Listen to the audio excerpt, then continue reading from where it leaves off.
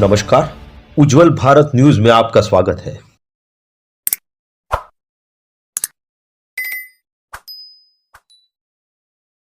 उज्जवल Bharat news में आपका स्वागत है। स्थानिक स्वराज्य के चुनाव में सभी पार्टियां अपने दम पर चुनाव प्रचार करती हुई दिखाई देती है। अरवली जिले में सभी उम्मीदवार के कार्यालय पर बड़ी संख्या में पब्लिक की भीड़ समर्थन में दिखाई देती है। गुजरात राज्य की जनता स्थानिक स्वराज्य के चुनाव को लेकर एक पर्व के रूप में मनाती हुई दिखाई देती है।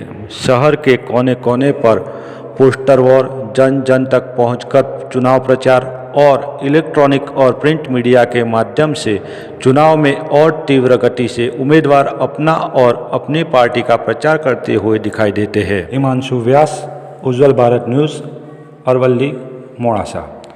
घर पे रहिए, सुरक्षित रहिए। हमारे तो घर पड़ी गया यार। रजा भाई तुम्हारे टिकट डाली ना आपने यार। हां तू लायो ना। अरे पता भी नहीं થઈ ગયા। लायो तू। अरे भी नहीं થઈ ગયા भाई। भी થઈ ગયા પણ આ જતું भी नहीं બતાવવાનો એક નંબર। ખબર નથી પેલા